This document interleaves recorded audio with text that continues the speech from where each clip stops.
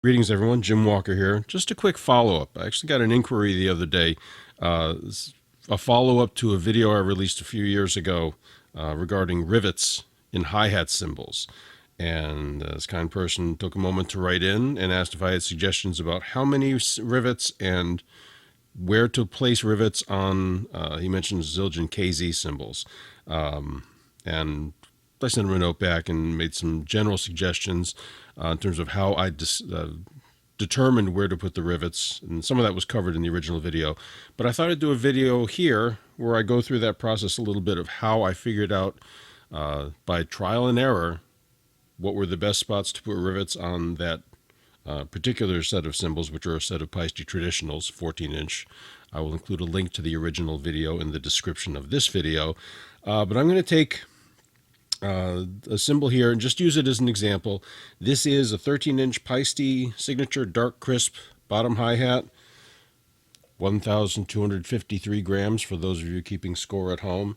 And I just want to go through the process. It's not complicated, it's nothing earth-shattering, and I don't claim to be any great expert on this. I'm just going to share what worked for me in terms of finding out where to put the rivets on a cymbal, if I'm going to put rivets on a hi-hat cymbal. And I won't be drilling this one. I don't plan to put rivets in this one. I may talk about drilling a little bit at the end of the video, some general suggestions and tips from my limited experience. But basically what I did with the two hi-hat cymbals, a 602 and the Traditionals bottom that I put rivets into, it was trial and error, and I was just trying to find the spot in the cymbal that had the greatest amount of vibration going on, either the greatest sustain or the most active vibration.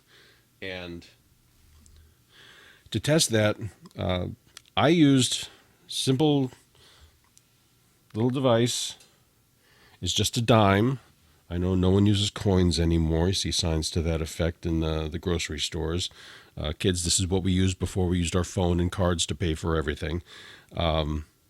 Debit card won't work for this test, so I'm going to use an actual dime. And I've actually done this for performances. I've done this on vibraphone for a piece and percussion ensemble many years ago when I was in college, taping a dime to a bar, sort of a prepared vibraphone. I've also done it on cymbals as a very quick thing. I kind of like the sound a little bit better than the sound of the chains that some companies produce and some of us make on our own. The chains can really cut down on the vibrations of a cymbal. That's a topic for another time. This is not about the sound here, though. This is just about experimenting to find out where I'm going to get the most vibrations on a cymbal. So what I'm going to do is just move this dime, and all it is, it's a dime, little piece of gaff tape on it just to hold it in place. I try to make the tape as small as possible to minimize on this, cutting down the vibrations of the cymbal. And I'm just going to put it in a couple of different spots, tap it with a mallet, and we'll get an idea of, and by a couple of spots, I mean somewhere between the bell of the cymbal and the bow going across to the edge. Just experimenting here. I know I can probably guess roughly where it's going to be. I was playing around with this a little bit before I turned the camera on, but there's no real science to this. I can't say on a 13-inch cymbal you're this many inches in from the edge. On a 14-inch cymbal you're that many inches in from the edge. It depends upon the cymbal. It depends upon the thickness of the cymbal. I mentioned the weight of the cymbal before. That's a whole topic for another discussion. But it doesn't tell you how the weight is distributed. Is it really thin on the ends? Is it a little thicker on the ends? I believe Matt Bettis did that with some of his hi-hats. He left it a little thicker on the edges on purpose. So the thickness of the metal, how it's been hammered, how it's been lathed, I suppose, all will affect the actual vibrations going on in that spot. So I'm talking too much. Let's get on with the demonstration. So I'm going to take just one dime, and I'm going to hit a couple of different spots. And just very gently set the tape down there.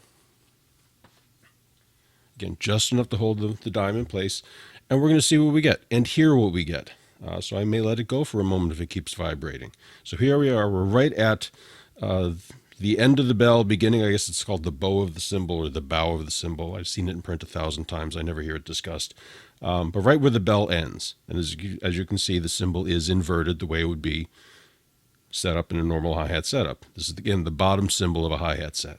All right, first location for the dime.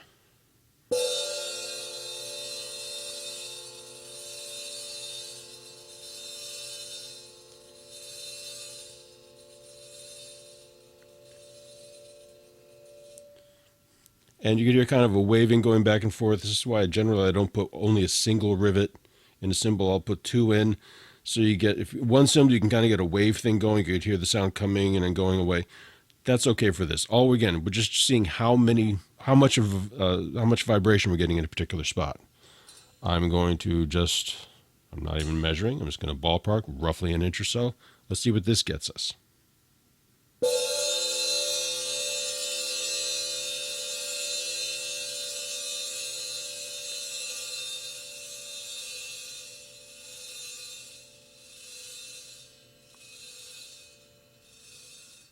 And I'm doing my best to strike with a consistent velocity every single time. Move it out a little bit further.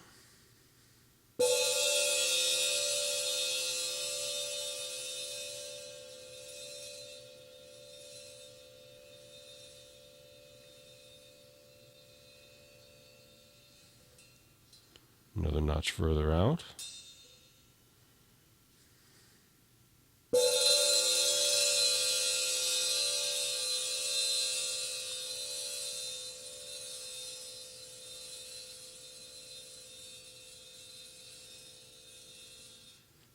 Do one, maybe two more locations, get a little closer to the edge.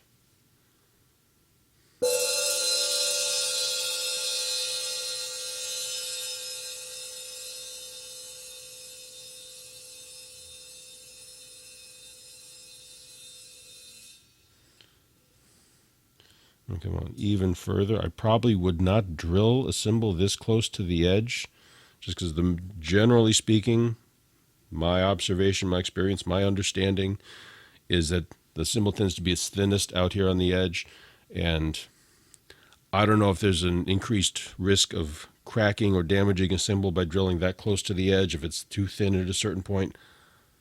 I'm an amateur. I'm not a cymbal smith, so I'm again just experimenting and making assumptions here, which I probably shouldn't be doing, but we'll try this spot.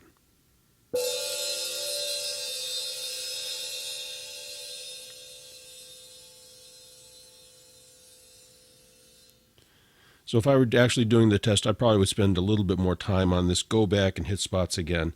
We'll say around in here, seem to be pretty good.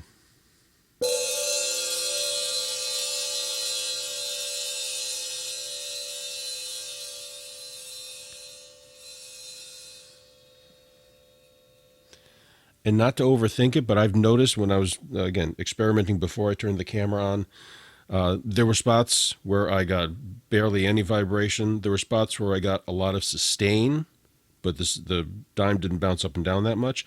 I got other spots where there might not have been as much sustain, but the dime was bouncing much more actively.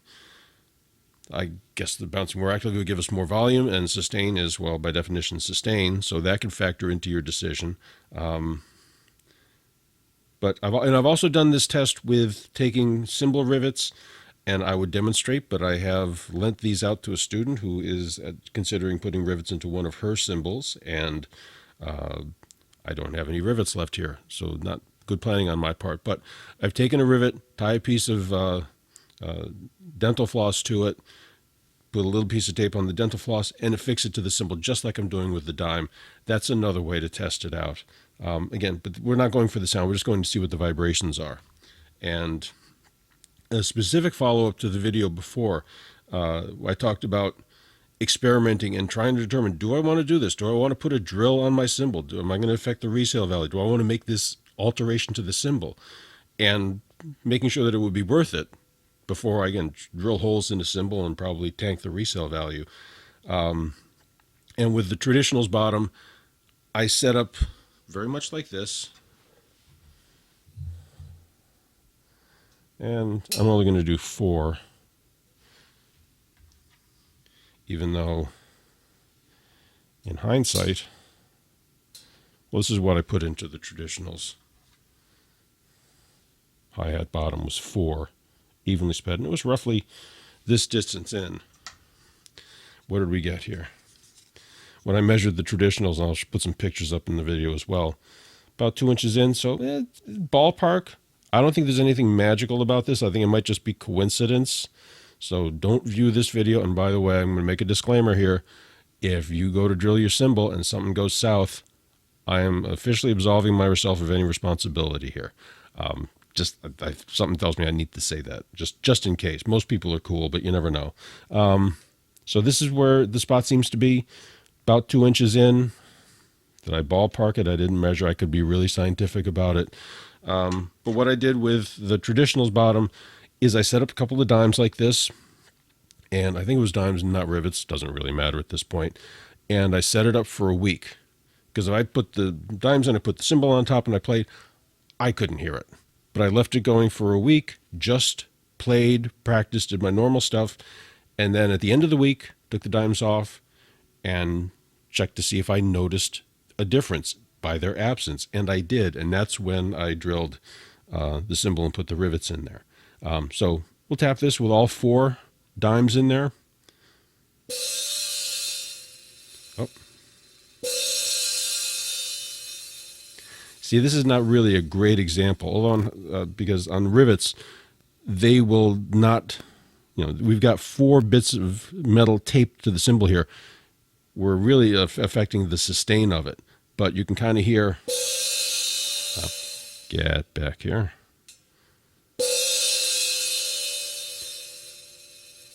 Rivets will not kill the sustain like this, but you can hear how much more volume I'm getting just having 4 dimes on there. So I lived with this for about a week, took the dimes off of the cymbal, played it, and my ears noticed a little bit of that high end was gone. This might be a good candidate for it. The dark crisps tend to be a darker sounding cymbal, less high end to the frequencies of it, which will make the rivets stand out a little bit more, again, in my experience. But this is what I did. A little bit of experimentation and found a good spot. I suppose you could mix it up. If I were to drill this for 6, I would evenly space them, just to keep the rivets from being too close together. Again, trying to avoid any issues in terms of a cymbal cracking, although hi-hat bottoms tend to be pretty thick. But again, just being cautious for the sake of being cautious. But that's what I did. I've gone on too long about this already. Took a dime, tried in different spots, and tried to find the spot that had the maximum amount of vibration going on. Measured in, measured the equidistant around to get the equally spaced rivets, 4, 6, again, which I would do in the future, and then drill it away. And I will mention in terms of drilling, I don't have my drilling set up right now. I did this with a drill press rather than a handheld drill. It's much more secure that way. If you're going to drill a cymbal, put some sort of lubricant on there. I used 3-in-1 oil. Yeah, because I'm sure some cymbalsmith out there is pulling his hair out at the thought of that, telling me it's not the right thing, or some metallurgist is saying that's not the right thing to use. I just put something on there so I didn't have the metal of the drill bit going against the metal of the cymbal, just to get a little bit of lubrication on there. And also, don't spend too much time drilling a particular spot. Because after a while heat will build up. I don't know if it's enough to damage a cymbal. Again, I'm just trying to minimize the possible risks here. And if you have any doubt that you know what you're doing with your drill, your drill press, find a skilled cymbalsmith. Find someone who's done this before, just to be safe. That's probably the best thing to do. If you've never drilled for a cymbal before, if you don't have much experience with power tools, I would defer to someone who has a little bit more experience, just again for the safety of the cymbal. So that's basically the process I went through. Hopefully this will shed a little bit of light on it. I'll throw one more thought out here while I've got the camera and the microphone up. This one's probably kind of obvious, but I'm going to take out the Traditionals hi-hat bottom. Tiny little thing. It might not even make a difference, but hopefully it'll show up here. I may take some still photos of it. When I put the rivets in, again, this is the bottom cymbal, so I put them in kind of upside down. Okay, what you would normally do. If you take a look at the cymbal from the bottom, you can see the part on there. Hopefully this will show up somehow. The split part of it is on the bottom, so the head of the rivet is resting on the cymbal. That might not make a difference. I don't know, but it just seemed to be, that's the way the rivet sits on a cymbal if we put it on a ride cymbal or a crash cymbal. So I put the rivet head on top. Again, it might not make a difference, but there you go. And this is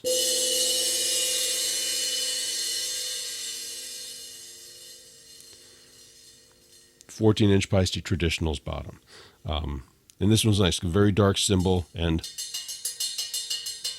the general pitch range of the Rivets stands in contrast to that. If you watch the video, you see I tried it with a 602, old pre-serial 602 bottom hi-hat. Not as much bottom end to the sound on that, more higher frequencies, kind of the same pitch range as the Rivets, and the Rivets didn't really stand out much on that cymbal. This was a much better candidate. The Dark Crisp probably would be a good candidate, but again, I'm talking too much. You got any questions about this, please hit me up. I hope this has offered a little bit of enlightenment in terms of how I got to where I got with this. If you got questions, we got the comments section. Drop me a message. I'd love to hear back from you. If you've drilled a hi-hat cymbal for Rivets, share what you, if you're up for it, share what you did. How many did you put in? Where did you place them? How did you figure out where to put them? I'd love to get a conversation going on this. So thanks to everyone for checking out the video. I'll catch you next time. Thanks again.